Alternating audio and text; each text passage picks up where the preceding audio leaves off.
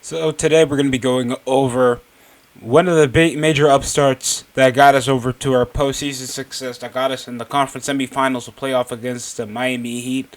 Fell short over 6 games, but still a lot of upside. We understand the loss of Julius Randle earlier around the series was pretty much a hinder over offensive production. It was just Jalen Brunson's show where he was averaging around 45 to 46, 48 minutes a night. Dropping 41, dropping 28, dropping 36, dropping... that was also quintessential over an emergence over in the starting rotation.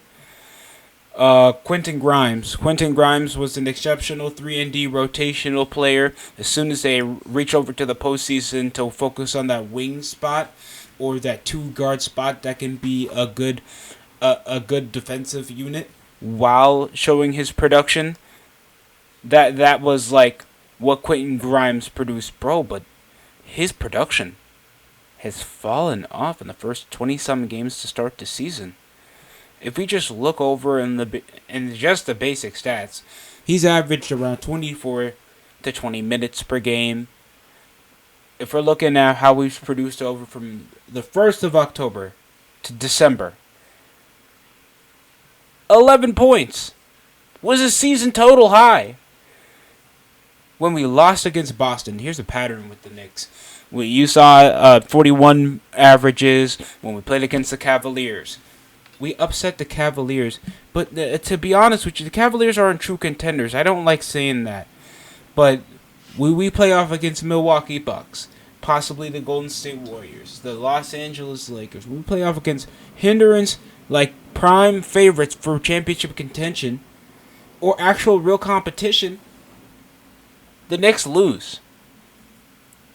And we've heard it of a number of media that Quentin Grimes, production-wise, he's feeling limited over on the offensive end, that he's just being a spot-up shooter, basic 3-and-D. He's a bit undersized in the way he'll guard over to around his position to up to the 4. He's not really that beneficial around the spot up when they're kicking out over to the corner. I wish there'd be a lot more versatility that Quentin Grimes would be more effective. But I feel like that's just a hindrance to his play style. And Thibodeau's just trying to set up as much shooting as he can. When we signed over Dante DiVincenzo, and he's been more of an upside over on the rotation side of things, but Knicks fans are trying to ask if we could switch over DiVincenzo. That's been an exceptional 2-guard around the rotation spot, but I feel like he's good at his role the way it is over on the bench. Emmanuel quickly has been more favoritized to play over on the 2 spot, and even though he's been a great 6-man, get Josh Hart to rotate around that wing. That we have outstanding guards over in the secondary unit. Hartenstein's increased his level of production from last season. I'm liking Isaiah Hartenstein. He can hustle around the play, but whenever he's playing off against stronger, more athletic guys, he fucks up. And I don't like saying that, but that's the truth. Quentin Grimes, I understand it's only been it's been 20-some games in the start of the season. It's only been a handful of time that we've seen much, but if we look at his plus minus, it is absolutely terrible, bro. He's coming out of a breakout season that he had in the 2022 season when he was averaging 11.6 per game. He had the best efficiency set in the Eastern Conference. Had a great 3-point shot, averaging 46 off the field, with a 59% efficiency rate. You think, great depth player to put around over in the starting rotation. If only his defense was an upside. And the way his spot-up shooting, while he started over 66 games, it's only been 19 for him so far. He's only gotten 18 starts. Possibly his starting spot probably might come into a question if he keeps the underwhelming production up, because Emmanuel quickly is up there to still be a great upside into being a B-tip Tyrese Maxey, a good transition player up the break. He can finish very well, has a confident shot Quickly's doing very well. Grimes, DiVincenzo's feeling comfortable over in the system.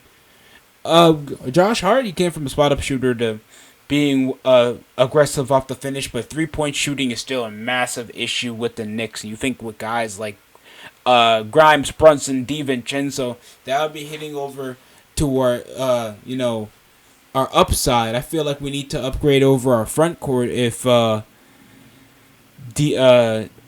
even if we plan to let Julius Randle leave, because even though Randle's a high maintenance scorer, that's practically all he can do. I don't like saying that, bro. I really don't like saying that. But that's the weakest link we got over Grimes' limited offensive ability. And I feel like that's just a hindrance coming over Thibodeau. Don't get me wrong, Thibodeau's an historic coach. But there's only so much you can have over an outdated system that works over as a defensively inclined unit like the Knicks, and not try to keep up with teams like the Suns, the Mavs, the Milwaukee Bucks that came over as a top-tier defensive unit from last season to being one of the top 5 high-scoring offenses next to the Warriors and the Indiana Pacers. So there's teams that are just going to just be focusing on just getting the ball into the basket more than just trying to slow over the tempo, because there's faster teams out there. You even look at the Sacramento Kings. There's going to be teams way more ahead over the level of the Knicks, even though the Knicks got some outstanding players. Mitchell Robinson is one of the best bigs I've seen in a while. Randle, even though he's mid, he's still a good high-volume scorer. There will be flashes of good offensive brilliance, and Brunson has been one of the biggest $100 million steals I've seen so far as a Knick. And DiVincenzo, he's been worth that $50 million. Don't get me wrong, and Quickly has been a flash, just a flash of lightning whenever you see him touch the court. So I'm not saying that the Knicks suck, but they obviously have hindrance flaws that they can focus on rotation fixing or what they can do around the deadline. So this is just a hiccup. It's not a massive break like what happened to What happened to Kyrie Irving when they played off against the Utah Jazz. So that's what I'm saying. Because Dwight Powell slipped and falling on Kyrie Irving's leg. Thank God he was strong enough to at least handle hitting his free throws before they put him into the tunnel. Yeah. So that's practically what I got for today. Hopefully you guys enjoyed the video. Like, comment, subscribe for more here on the DST Show. I'm going to take my Tylenol.